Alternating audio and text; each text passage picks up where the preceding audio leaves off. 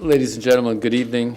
Thank you for coming to the Baker Institute for this very timely and important presentation by our guest speaker. It's a pleasure for me to introduce him, and I think you all have read in the newspapers that the product of his labors has been promulgated last week in the New York Times and the major papers of our nation and internationally, which is his Council on Foreign Relations report, America Still Unprepared, America Still in Danger, an independent task force sponsored by the Council on Foreign Relations, and it was headed by Senators Hart and Rudman, Task Force on Homeland Security. And Steve Flynn, our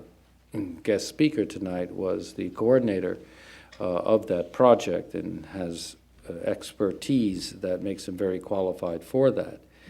And I'm certainly not going to steal his thunder by summarizing the report. I'm sure you will be summarizing the key trends. But what hit American public opinion was this another wake-up call that we have a lot to do in this country in order to enhance our response mechanisms to terrorist acts, especially terrorist acts involving weapons of mass destruction.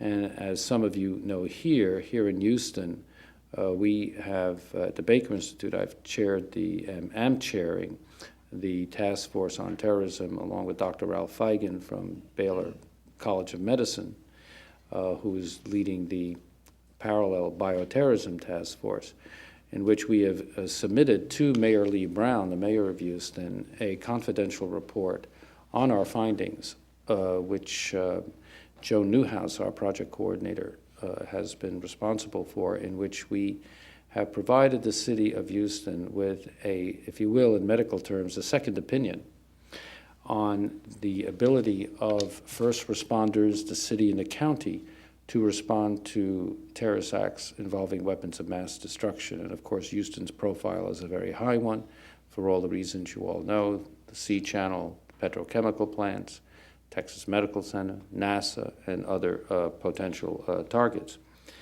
In our public presentation that Dr. Feigen and I made in June, and this is all I want to say tonight before giving the floor over to our guest speaker, that we identified what I call the 3 C's, which we really need to do some very serious work on: capacity, communications, and coordination. And in our report, and much of our report will remain confidential because we're not going to give a blueprint to terrorists as to what vulnerabilities are, but basically we found that there are very serious problems in these 3 fields. Capacity is really human resources and financial resources and equipment needs that are very pressing. Communications is the ability to communicate from first responders, the fire department, the police department, the people first on the ground, up the line, locally in terms of the municipality and then the county and then the region and the state and the federal level. And of course, coordination, which is really critical at the local, regional, state, and federal level. So while Houston has an edge in terms of our responses to hurricanes, floods, and because of the petrochemical industry here, there is a lot of expertise in the corporate sector on protecting against incidents. That edge is there, which is a positive factor for Houston, but I do want to emphasize the 3 C's show that much work has to be done, and of course Steve Flynn and the task force at the CFR have highlighted many of this at the national level. Steve is a senior fellow with the National Security Studies Program at the Council on Foreign Relations in New York. He was appointed the inaugural occupant of the Jeane Kirkpatrick Chair. His title is Commander Flynn. Commander Flynn he's directing this task force, as I said, on Homeland Security imperatives co-chaired by Senators Warren Rudman and Gary Hart, former senators. He is the author of several book chapters and articles on Homeland Security, border control, transportation security, and the illicit drug trade. And his recent publications include, which I commend to you, America the Vulnerable in Foreign Affairs, January, February 2002. Take a look at that. And I won't go, his bio is in your program. He received a master's and PhD from the Fletcher School of Law and Diplomacy at Tufts. He's really one of the best in the field, and we're very happy to have him here. Steve Flynn.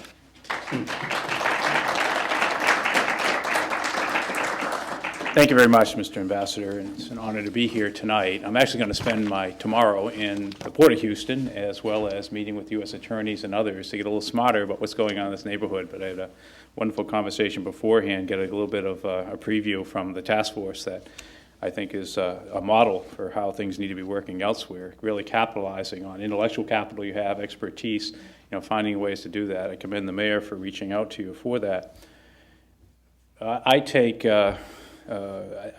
You sort of framed this issue here. I suggest that our thinking could be informed by what I would suggest is our nation's greatest crisis manager, who has said the following: "The dogmas of the quiet past are inadequate for the stormy present. The occasion is piled high with uncertainty, and we must rise with the occasion. As the case is new, so we must think anew and act anew. We must disenthrall ourselves, and then we shall save our country." Those were words of Abraham Lincoln in a letter to Congress in December 1862, at a particularly dark hour in our nation's history. But we have lived through a bit of a quiet, really the 1990s had very much that sense of a quiet time. And I think there's some dogmas of that time frame as well as that preceded it that we're really just beginning to come to grips with. I just had, as the ambassador pointed out here, the special opportunity and honor to chair, to serve as project director for this task force that was co-chaired by former Senators Gary Hart and Warren Rudman, who I had previously worked with when they rolled out, had served as co-chairs of the U.S. Commission on National Security that ran from 1998 to 2001, rolled out a report in January 31st, 2001. In the Mansfield room on the Senate side of the House with 9 of the 14 commissioners there, and none of these were second-tier folks, in which they said that the #1 national security challenge confronting this country will be catastrophic terrorism attacks on U.S. soil, and that we're fundamentally not structured to deal with that, and went forth and laid out a series of recommendations to address it. There wasn't a single major media outlet there.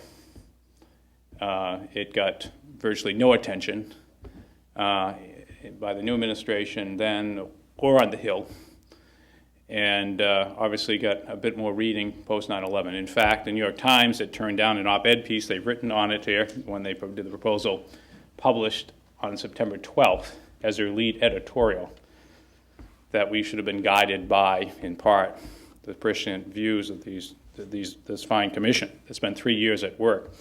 This was a little more rushed of a job. We started late August and worked through and released this report just 2 weeks ago in Washington, D.C. This time all the major news outlets were there. The New York Times covered it on the front pages of the Post. And what we concluded, though, was really quite, I think, sobering still. The conclusion of this commission, which was made up in addition to Senators Hart and Rudman, 2 former Secretaries of State, George Shultz and Warren Christopher, 2 former chairmen of the Joint Chiefs of Staff, Admiral Bill Crow and General Jack Vesey, former Director DCI, FBI, Judge Bill Webster. We had 3 Nobel laureates, Howard Vermis, Joshua Lettenberg, Steve Weinberg, and 3 sort of captains of industry, folks in the financial sector there. The conclusion of this group, unanimous, no concurring opinions, dissenting opinions, is the United States is dangerously unprotected, dangerously unprepared to cope with a second catastrophic terrorist attack on our soil. That's where we are 14 months post 9/11. Now, does this mean that we haven't done anything? Of course not. There's a lot that's happening.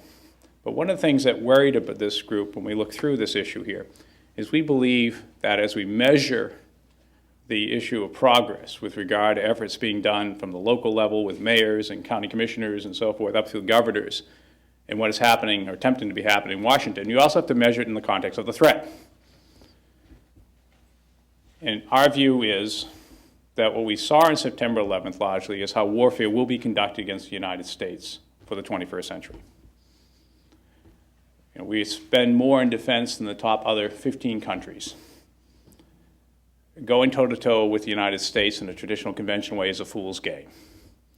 We are the world's Goliath, and if you want to take us on, you have to be a creative David. And the first concern is that the example of September 11th taught any adversary of the United States who did not know it two critical things. One, we are open and unprotected. And two, you get a very big bang for a very small buck by investing in this form of warfare. Terrorists are not supermen.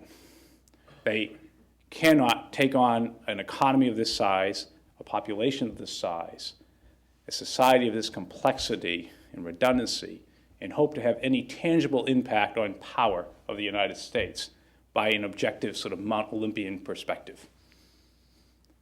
But we can do a lot to ourselves in response to these events that can do profound harm to our way of life, to our economy, and so forth. What we did in the immediate aftermath of September 11th was not only ground all aviation, but we effectively closed our seaports, and we effectively closed our borders with Mexico and Canada. We did, in other words, what no nation could hope to do against the world's sole superpower. We imposed an economic blockade in our own economy in order to make ourselves more secure. The only thing we had was a kill switch. We had to stop the world to be able to sort it out. Now, we turned it back on again, not because we were more secure, not because the threat went away. We turned it back on again because we did the simple arithmetic. On the Ambassador Bridge, which is the world's busiest commercial border crossing, Laredo, actually, Texas gives some competition down here in the southern border, but the world's busy. 5,000 trucks a day roll across that. And that is literally the warehouses of the big three. Get on average between 5 and 7 shipments a day from their contract suppliers across the Canadian border, arriving and being unloaded from the truck, and the order is going to go on the assembly line as that car moves down that line. When we put that kill switch on, and we did it by just simply examining everything. So we had an 18-hour queue by that afternoon. It was an 18-hour queue backup here. By Thursday, September 13th, Daimler Chrysler was reporting they would be shutting down their assembly plant on the following day to the cost of $1 million an hour production lost. And Ford announced on the following day they would be closing 5 assembly plants for the following week because their parts were in that queue up there. So we did the arithmetic and we effectively turned it back on again because the cost was so great. But that example of you can get that kind of response because there isn't real security built into these systems surely should have gotten, and it was only prudent for us to assume has happened, getting our adversaries to think about the opportunity from a purely military standpoint of engaging in this as a means of warfare.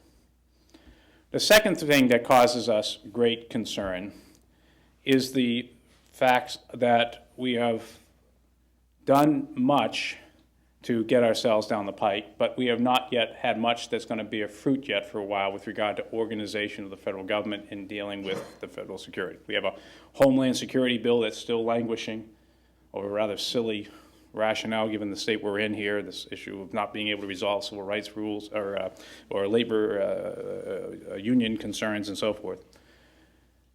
But we have not yet got much fruit from what we have done. We're a great big nation, you can't turn it on a dime.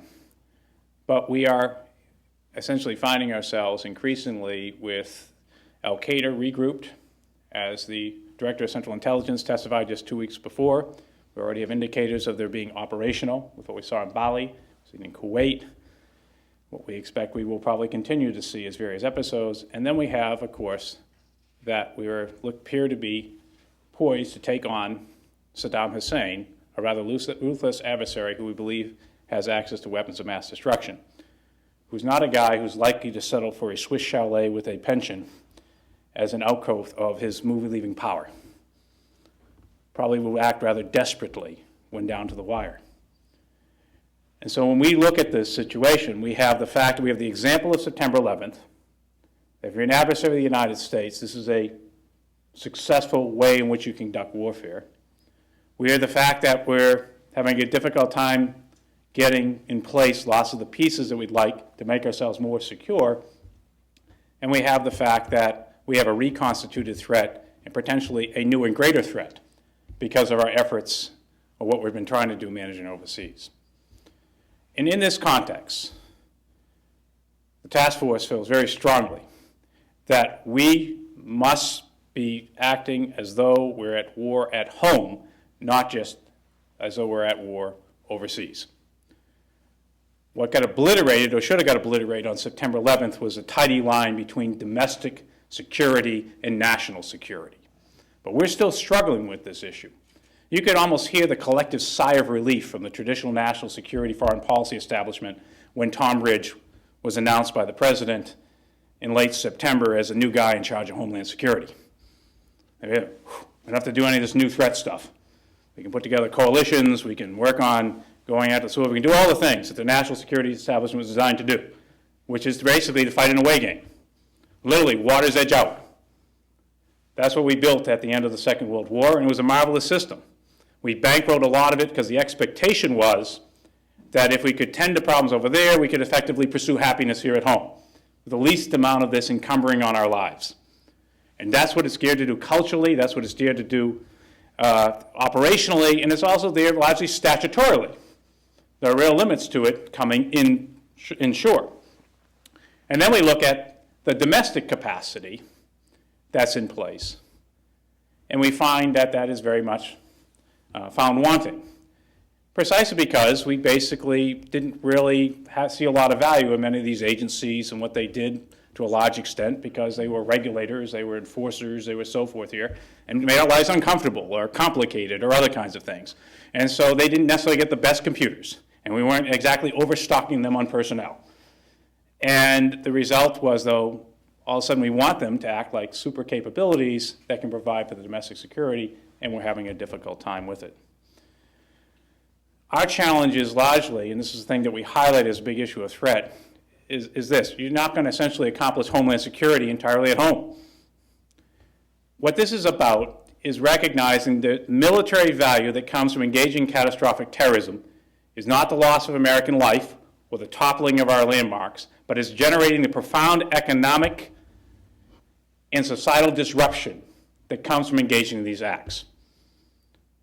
Now, that disruption can operate on a global level because America's prosperity and a good part of its power is tied to access to global networks of energy, of finance, of information, of labor, and of transportation.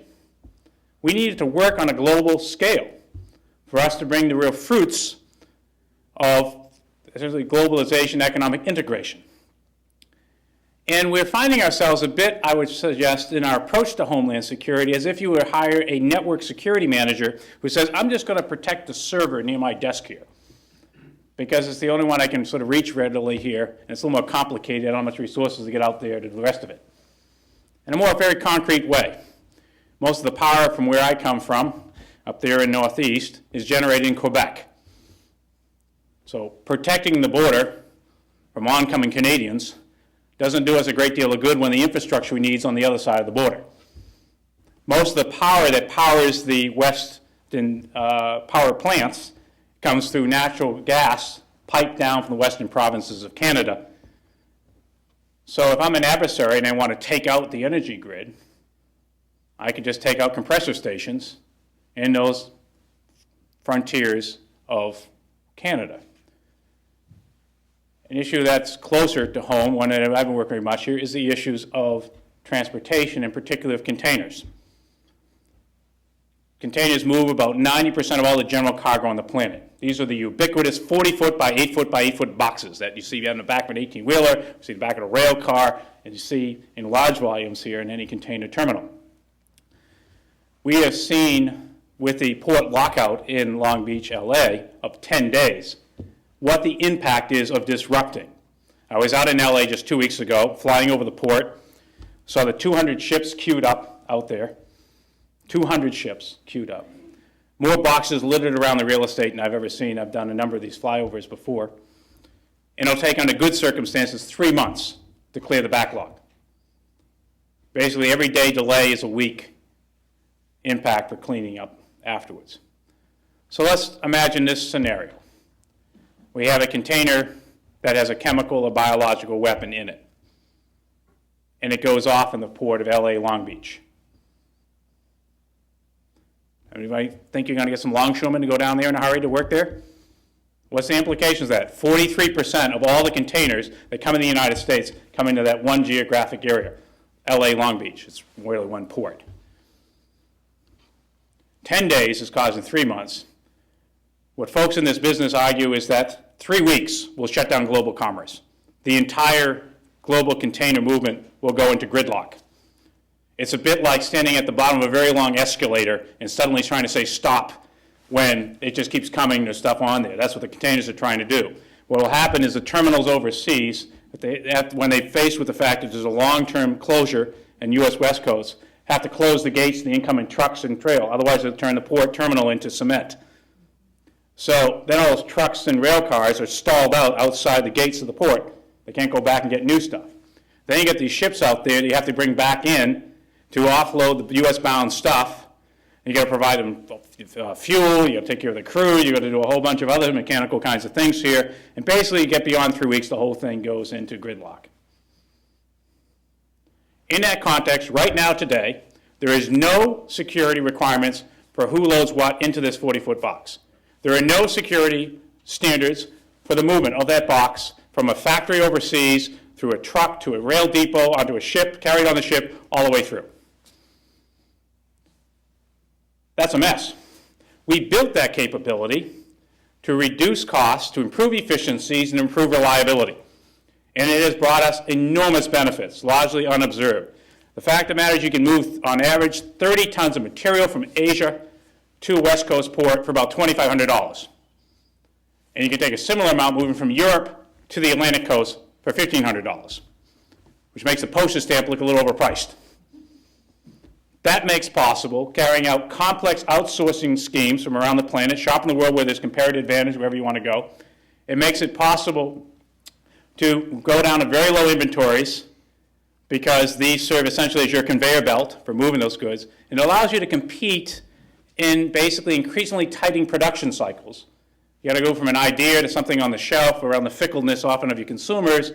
And that has been built on an efficient, reliable, and extremely affordable transportation system that the architects of it will tell you, as they've told me, if you ask them, we never put security into the equation. We never thought of it being exploited or targeted by malicious intent to cause harm. And when you talk about security to these folks, which I spent some time doing prior to 9/11, it was a bit like being a teetotaler at a New Year's Eve party. All right? It was, wait, security, that's increased cost, slowing down the reliability and efficiency, wrong answer. Right? Go away. We're trying to lubricate this thing to make it work faster, more affordably, more capably. The problem we've built, and that I would argue is an example of much of this infrastructure which we're increasingly dependent upon, it's more integrated, it's more sophisticated, it's more concentrated, and it's global. And we have not thought about the prospect that there are folks out there who are willing, with malicious intent, to target it or exploit it as a way to create mass disruption. And Al-Qaeda has demonstrated the value of thinking in those terms, in terms of the kinds of consequences. So it seems to me, and it seemed to the members of this task force, we need to get off the dime. We need to be acting with a sense of urgency because we are living on borrowed time. That system, if we have an incident tomorrow, will get turned off. And the challenge with that one scenario I gave of this one box coming in, where we are right now without any baseline security, who gets to load and what they do, without any sense of controls throughout the whole network, is it raises a question about every other box. Last year, there was 6 million maritime containers that came to the United States, 11.5 million trucks, 2.2 million rail cars, and there's a whole bunch of trucks roaming around our country that have boxes that look just like the ones that came from overseas. So we have this horrific event involving this one box, this ubiquitous thing. What are all of us going to think? We're also going to see these boxes everywhere. And we're going to say, what about these? Tell us that these are okay. And the answer where we are right now is, well, we hope it's okay. We can't give you much confidence on it because we don't have any standards, and we don't have a mechanism to routinely check this. The question that's out there is how much security is enough? You know, our sense is when we take and look at these problems, they seem so mammoth, so almost untenable to reach. We're an open, big, prosperous society. How can we get? I argue that there is a way to think about this, and it's enough security that when we have incidents, and it's inevitable that we will have incidents. It's a dangerous world we live in. It always has been. We were living in a sort of a mythical world to a large extent prior to 9/11. Imagine this stuff didn't affect us. Of course it did, as we saw the USS Cole, and we saw in other areas here, what's impact on us. We had the World Trade Center of 1993. We have lots of indicators on this. But is when we have these incidents that the conclusion afterwards is that this was a result of a correctable breach in security, not the absence of security. If the American public concludes that basically this incident came as a result of creating a network, a system which we are dependent upon, where no security was being considered in its construction, that is the core function of government, to provide for the safety and security of its people, was set aside, the response likely is to shut it down and try again. If, however, you have the ability post these events, one, to do forensics, identify how it happened, and you can identify there is a baseline of security in which this was able to find a loophole in, and you have a plan in which to respond to that loophole, I think we'll end up with something like a strategic pause, but we'll get back on with our lives. That's an achievable objective. In transportation, it's really about two things. It's about transparency and accountability in the transportation system, knowing where things are in that system and having a sense that there is a chain of custody control throughout the life cycle of that. We don't need to study this. Those two things are critical if you're going to do something called risk management, which is really what the guts of this enterprise has to be. That is, we really want to look at things we consider high risk and not mess with things that are low risk. Well, how do we identify something to being low versus high risk? In the current context, I would argue you cannot assume that any container is low risk. I don't care what the company label is on it. In fact, in this environment, something that a nice company label, a nice brand, would be a very good target. Right? Walmart, being that container, would probably make Arthur Anderson look like it had a good day after it had that kind of event. So it's perhaps useful to think in those terms. So what do we need to do? What we need is really, at the guts of it, container security. And I would argue this thinking could apply to lots of the other things we approach. Container security can be accomplished by two things in its theoretical sense, which is, one, we need to have confidence that what's put inside this system is legitimate and authorized. That the folks who are putting stuff into this 40-foot box are legitimate, and what they're putting in there is what's advertised to be in there. And secondly, when it's on the move, it hasn't been intercepted or compromised. If we could conclude it would have been done by good adult supervision, legitimate company on the one hand, and we could track it through the system and be confident it hadn't been intercepted or compromised, we would not want to spend much time, spot check it to keep it honest, on looking at it. In fact, we want to actually speed it up, because when it's at rest, it often is most vulnerable for people doing bad things. And that's what the marketplace really values, the reliability, the efficiency. If you invest up front in those kinds of capabilities, we could get there. This is not science fiction. GPS, in the world of GPS, we can track things. The use of radio frequency stuff. This is stuff your FedEx packages are moving by. We're not talking monumental cost. We are talking cost, but cost, I would argue, that if we balance how we approach this, we could provide dividends in other ways, which is expedited treatment. At its core level, just tracking things is important. Even if there's sort of the quip back here, the bad guys are not going to advertise, nuclear weapon one each, moving out in this shipment, got my manifest filled up. Okay? Custom, everything's legitimate. We have three problems basically in the world of security or enforcement. The bad guys usually don't advertise what they're trying to do. So how do we cope with it? One is we have intelligence. Our problem is many times we don't have actionable intelligence. What do I mean by that? Let's imagine a scenario where we have Al-Qaeda 2, and we have this time one of our guys inside the agent, who's one of our guys as in the agency versus one of our hapless citizens from the Bay Area, all right, inside Al-Qaeda. And he says, we just loaded a chemical weapon in a container shipment that's leaving on this lorry, heading down the street, heading towards some barge. Hard intelligence. So the president convenes his national security team when he gets this alert notice, and they come back, and he turns to his folks and says, where's the box? And the Commissioner of Customs says, well, it could be coming into Vancouver, or Seattle, or Tacoma, or LA, or Long Beach, or San Francisco, or Oakland, or maybe it's coming through the canal in any of our Gulf or West Coast ports. We're trying to track this thing down. But we'll have confidence that maybe when it gets here, we'll check it, we can catch it. You have hard intelligence. You can't act on it when you don't think. I mean, we're in situations here, from my Coast Guard experience, we can't find ships. Ships don't get tracked like airplanes. We have hard intelligence that white powder is put in Cartagena on a ship here. We can't find a damn ship. The weather's lousy, you can't get the aircraft up in time, and so on and so forth here, and you find out 3 weeks later that it was in Philadelphia a week ago. All right, it's gone. Under that kind of situation, you're indiscriminate in your response because you can't sort it out. The second piece, this is the guts of anything, is pattern recognition. That's how you find things. Capable terrorists and criminals are really good market players. They try, but they don't get it quite right.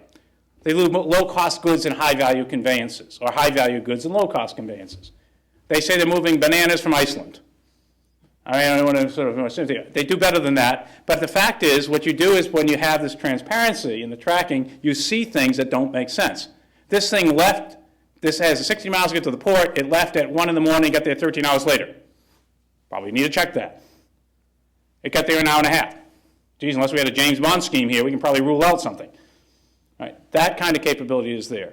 The next sort of, and the last bit of it is the forensics. How did it happen afterwards? We do this with aviation, safety, not with security. Security is a basket case. Safety. Think how we build. We build safety into the aircraft. Inherently dangerous thing. We get these multi-ton objects that fly around and occasionally fall out of the sky. Now, if every time one of these fell out of the sky, the federal government shrugged, it only happens one every 10,000 flights. How many of us you think would be on the airplane? We have to have confidence that there's baseline safety built into it. Then we also have built into it is a forensics capability, cockpit data recorder, flight data recorder. So when it happens, we can sort out how it happened. We have a national transportation safety team that shows up immediately. Recommendations made. The industry is seen as responsive to the recommendations. We don't get on planes right away, but we tend to get back on planes. That's how we need to be thinking about building security in this new context. And to finish here now, because I'm sure we can pull this out of your questions, what we found in this task force is there is a whole series of challenges for which we're not thinking in terms of this kind of systemic, both in terms of the threat and in terms of how we respond. There's all these single-point solutions littered around, most of them not that well funded, most not all that encouraging in terms of what they may accomplish. And we're sort of almost in this back to complacency mode because it seems too hard. We can't afford that. We're living on borrowed time. Let me stop there.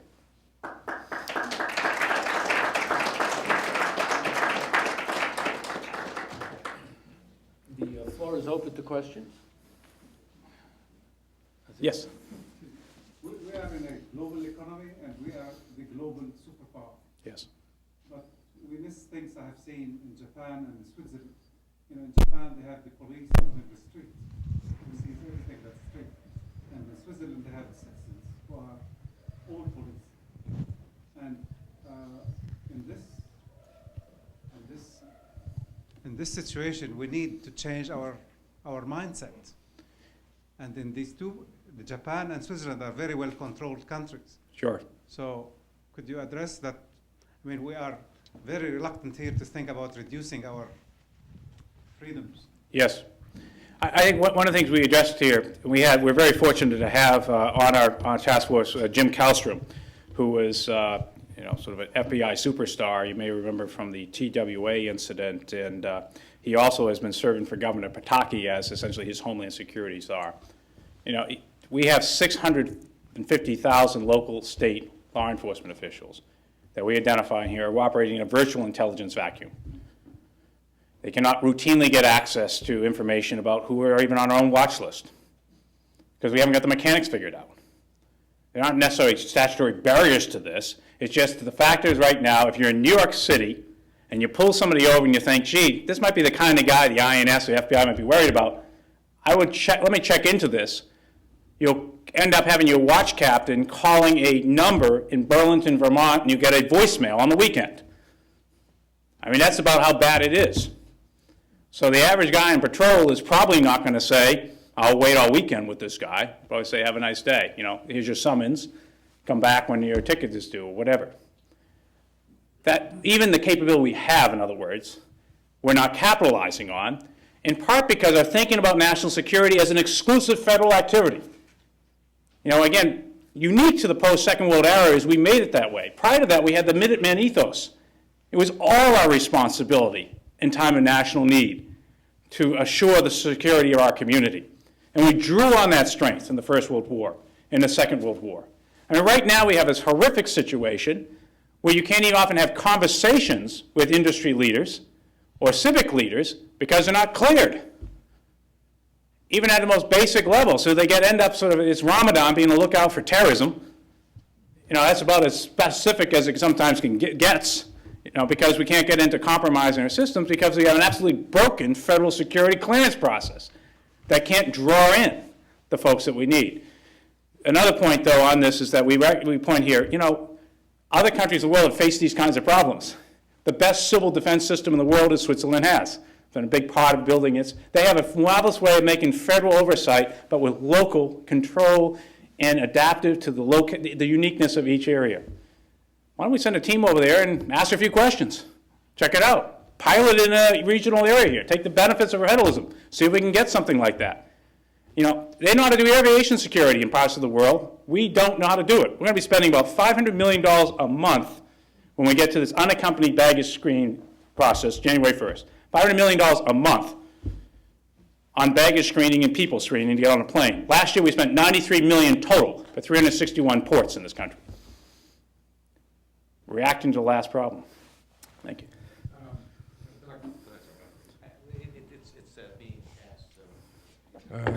Dr. Flynn, I found what you said very informative, interesting, and a bit frightening as well, but I must ask this question. Sure.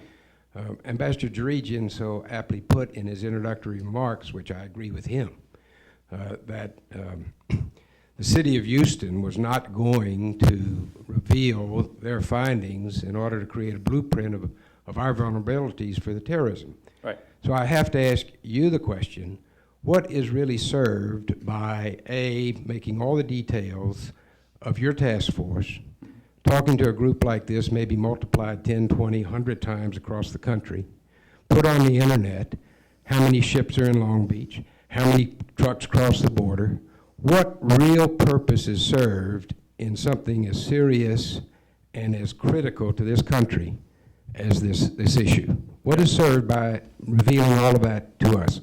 Yeah, you know, it's a very important question, and it's clearly one I have struggled with for a number of years in walking this line. You'll see when you go to the report here is that we're providing any roadmaps. We're talking about those general vulnerabilities. What is served, I think, primarily is two things. One is a democracy doesn't work unless the people basically say there's a problem they want fixed. And if you don't identify the problem or talk about the problem, there is no political will to address the issues. That seems to be the indication. It wasn't a want of intelligence or that these things weren't going on prior to 9/11. It was just a general sense inside the Capitol that nobody would want to pay for this, it would be hard, there would be civil liberties issues that we don't want to address, and so on and so forth here. The American public wouldn't put up with whatever we would propose, security should be done. So we're not interested. So your challenge is in walking this line, is to have to sort of drive home to the greater populace that, look, we are very vulnerable, there's a lot that needs to be done, and guess what? The federal government can't do much about this. It can provide coordination, it can provide resources, but this is everybody's business. You don't want the feds coming in telling how to solve the problems of the Houston shipping channel in a one-size-fits-all, nor do you want them to deal with any of the other contingencies around here. You want to build up local capabilities. But we're living in this sort of la-la land where there's an expectation, I would argue, that the federal government, they're talking about a new Department of Homeland Security, so, geez, there's a lot of talk over there, so they must be doing okay, so again, I can pursue happiness here at home. Clearly, there's a line to be drawn. When I've talked about the container issue, though, the scenario that I laid out was a heroin importation scheme. I just took out the heroin and put in a chemical weapon. Containers are used every day for stowaways, someone who die in the boxes. They've moved every form of narcotics on the planet. They've violated every export control on the planet. Every form of trade fraud is perpetrated in the system. The bad guys are in the ports. They've been in the ports from time immemorial. It's where the friction in the system is. And what we also saw, though, happening, which most worried me in the mid-1990s, was increasingly terrorist guerrilla organizations were having to become more self-sufficient. So they were moving into crime as a way to support that. The world's #1 producer of opium poppy on the planet was Afghanistan. Osama bin Laden makes Afghanistan his home. One of the early things, the Taliban folks were being shipped, prisoners were shipped and died in a container. I mean, a place there's no running water and power, they got containers. Some of this issue is the bad guys know absolutely how open and exposed it is. They've been exploiting day in, day out. We're just not willing to sort of acknowledge it. I think you clearly don't want to make these roadmaps, but you've got to sort of, I come with the thing, in a democracy, you've got to be candid and adult-like and think you're talking with the people, but what's missing here is a sense of urgency that we need to attend to those things. There's no purpose if I'm talking about this with no expectation that we're going to mobilize ourselves to do something. Then I'm actually contributing to the problem. I guess I'm hoping we hope with this report, it's hoping to energize, to some extent, the complacency that was already kicking in at a time when we're seeing the threat is in the opposite direction. So, yes. I think you've made a very clear case that describes the threat. It's very scary, and you've been very articulate about that. But it seems to me that I infer the solution to the threat is more or less a police state. It's not clear to me how far our country is willing to go toward that police state, to pick up on the gentleman over there's point, in order to reach a place that we're comfortable enough. Sure. It's very, very difficult, very scary. Both sides of those of that issue are very, very scary. Sure. One of the things we talk about in the paper, and I'll talk a little more specifically on this issue, is we know as a nation our track record post-national traumas is horrific with regard to respect of basic civil liberties, and also with regard to often doing draconian kinds of things that don't accomplish a great deal, but are good for the moment, or feel good for the moment. I mean, we've got a long history of that, whether it's internments of Japanese at the start of the Second World War and so forth. If, as we expect, to continue to have these incidents, and we don't have this capacity to manage them in a way that you have a sense of doing this in a pragmatic way, the overreactions are likely to grow. I think the facts on the ground are New York City is probably the only city that could have been competent, that was competent at responding to a catastrophic terrorism of that size. We could feel good, despite that tragedy, because government looked like it was capable in how it responded, in the form of the mayor, in the form of the emergency personnel, and so forth. Imagine that horror playing in another city, and I won't name them, but it's virtually all of our major cities, that didn't have redundant crisis management control centers, that didn't have the coordination, communications capabilities, had been rehearsing for 50 years for being seen as ground zero for nuclear events and so forth here, had not made the investment through the 1990s to build this capability. And what we saw was Keystone Cops when that event happened. The horror of the tragedy and government without its act together. I worry about how our democracy will respond in that kind of instance. Is this a trade-off of police state? I don't believe it is. I think effective risk management is just about precisely being able to allow legitimate stuff to go that's legitimate, so you can focus on that, which less with more precision.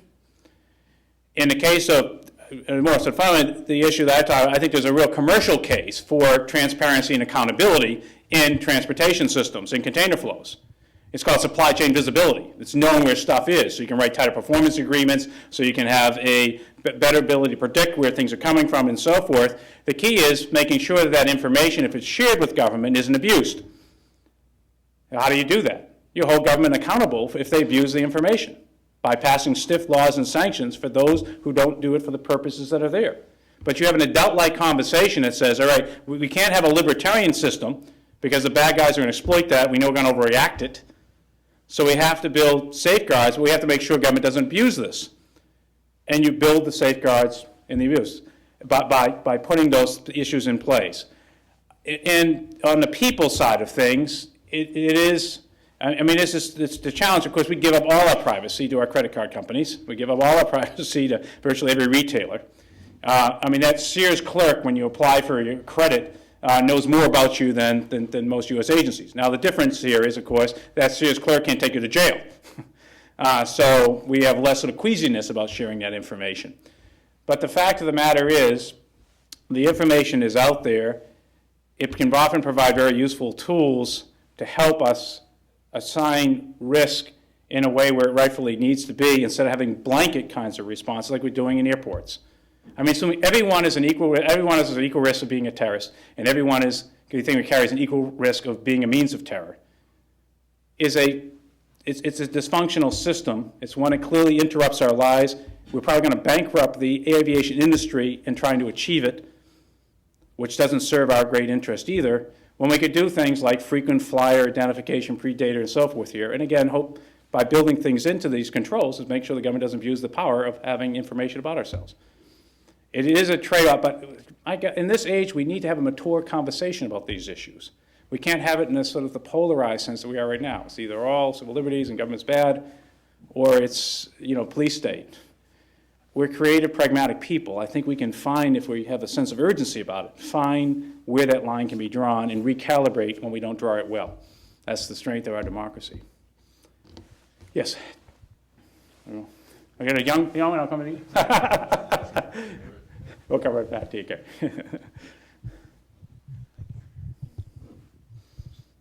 I was going to ask on that note, talking about aviation security. Yeah.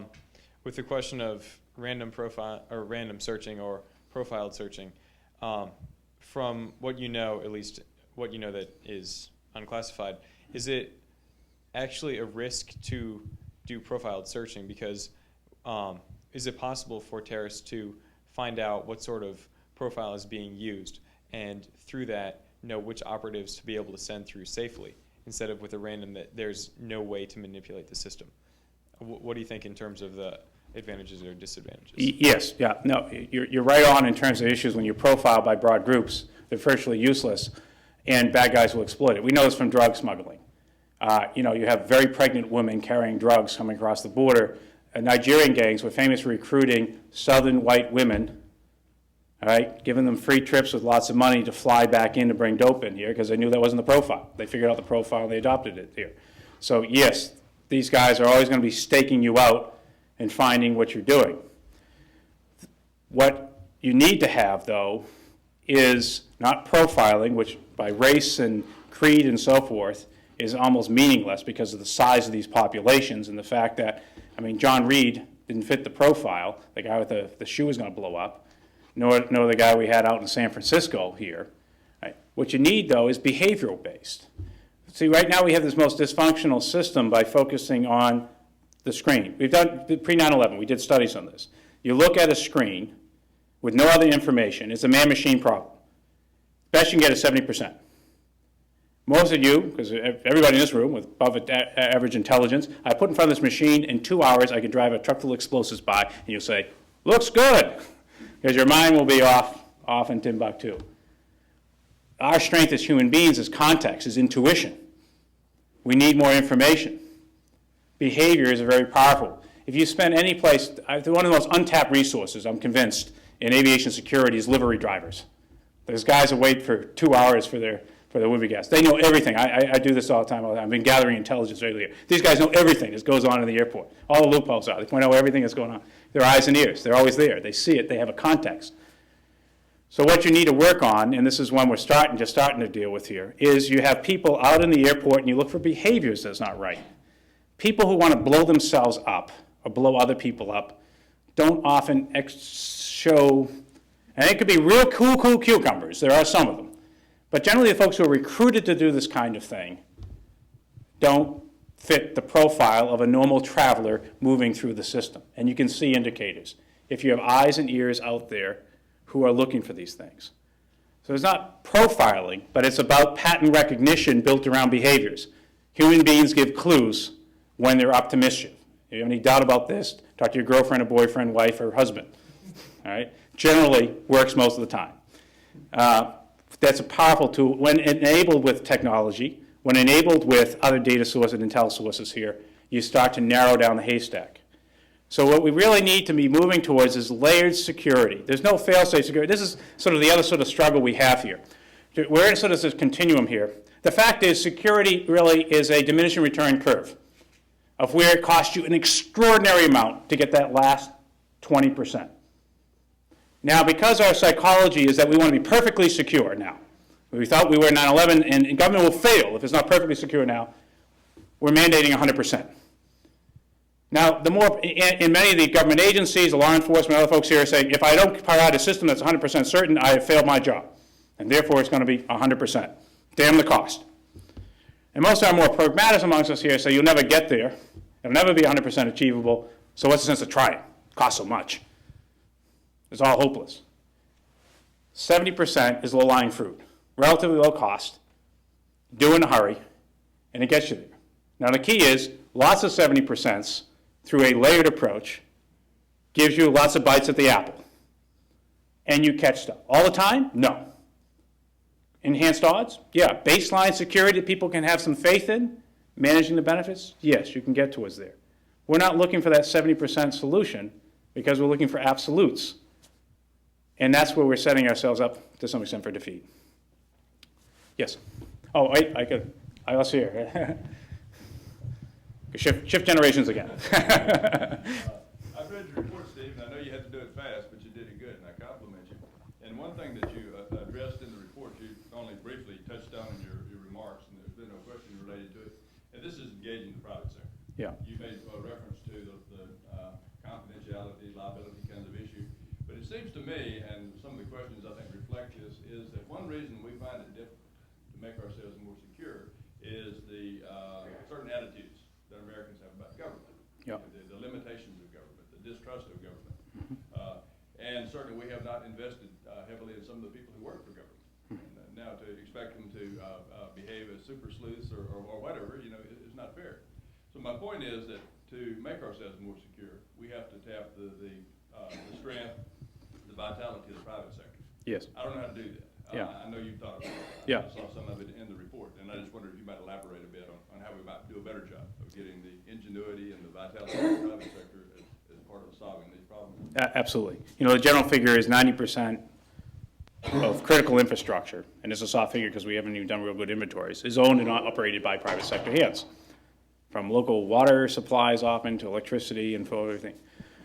So the folks who know their vulnerabilities are the folks who run these industries. And the folks who are most likely to come with workable solutions that will enhance the security without killing them are the people who are in the industry.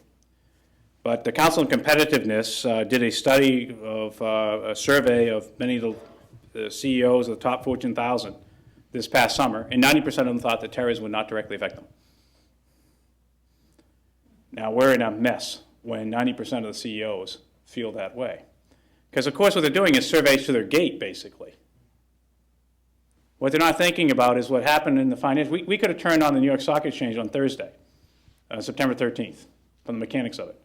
The problem was there was no people and there was no phones. Couldn't get people back on the island. You couldn't have a phone for them to talk on. It wasn't the infrastructure itself. You could turn that switch on, but you had to get the rest of that stuff. They never thought about that. Building redundant systems, they didn't think about they needed people to be able to have transportation systems to get where they need to be, and they also needed a phone line to talk on. Customers have to get there somewhere. Where we're not doing very good is cross-sectoral analysis. Go in my case of the event if you did something in Long Beach, LA. You're not just disrupting a seaport, you're disrupting all these supply chains. You're also going to disrupt refinement because it's also concentrated in the same way, so there won't be any energy. And because we're in just-in-time energy world here as well, in terms of refinement. Within a week or so forth, you'll be out of gasoline. all cascading, but the energy people may look at it and say, well, that's not a real big customer versus this. All right, and the folks who are at the gates, it's not a real problem because they don't see the trucks or the rail and the other kinds of things along the way here. And we have to get that here, and the private sector has got to be a part of that sort of cross-sectoral solution to help us set priorities. All critical infrastructure isn't equally critical, and we can't do this just sort of stovepipe sectoral approach, which is what we've been largely doing so far. You need to do that. That gives you a baseline. But then you need to take that next step, which is the integrative. I think the key way to get at this, and we say here, is federalism is an asset.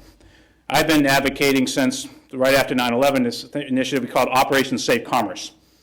And it was sort of been a fun thing to do here because Washington initially resisted it. They tried to kill it in some quarters, and now it's $28 million of funding, and it's likely Houston will get some funding, we hope, next year for it. But basically it was designed to be as a process to get at these issues. It was basically to take the local federal representatives, the port director, the captain of the port, port director for Customs, INS, and so forth, U.S. Attorney, coming together with the mayors, and with the head private sector player and the terminal operators who would recruit ocean carriers, who would recruit major companies that work in their area to volunteer, essentially to do first a security gap analysis, look at their supply chain and see where there may be problems, and then volunteer to be guinea pigs for applications of technology that we could put in place to see if we could actually improve security and visibility and so forth. They don't have to bear any of the cost of it, just have to be guinea pigs. That's what they enter up to. The federal provides the R&D. This process then gets us to a point where we can talk about setting standards because we can compare various experiments along the way. The one instance we did of this in northern New England, with just one container, pulled a whole bunch of people who never talked to each other before together, got governors excited, got a CEO of a major company out there talking about how we can do this all, championing it, and the total cost of this one experiment that we did there with one container was $250,000. And the ripple effect is, I think, going to be rather large. It helped to ripple to create the money for the rest of the now major load centers in LA, Long Beach, Seattle, Tacoma, and New York, New Jersey. And I think when they do it, others will want to emulate it. Federalism is a great strength.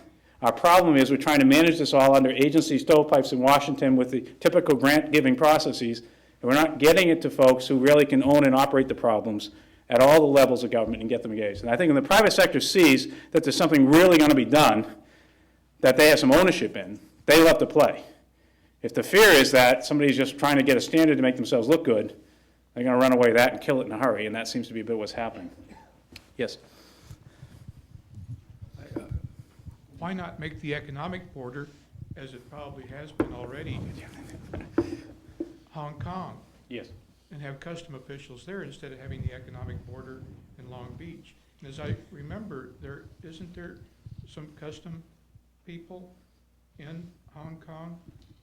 Yes, absolutely. This is just starting here now, and it's been a real sign of progress. And though interestingly, there's a piece in the New York Times today. Let me explain here. It's called the Container Security Initiative. The Commissioner of Customs, Robert Bonner, has been pushing, going out to the world's leading ports and essentially say, here's the deal. If we have to check everything in U.S. ports, we're going to turn down commerce, as I described earlier. It would make more sense if we check things before they are loaded in the process in the first place. And we can reciprocate. You can come here and check stuff going your way. That would make sense. Then we don't need to mess with the ships, and we can expedite the movement through the system. And if we could do it in the top ports of the world, we can leverage this into something that would have to be mirrored across the system. And so we've approached this first with Canada.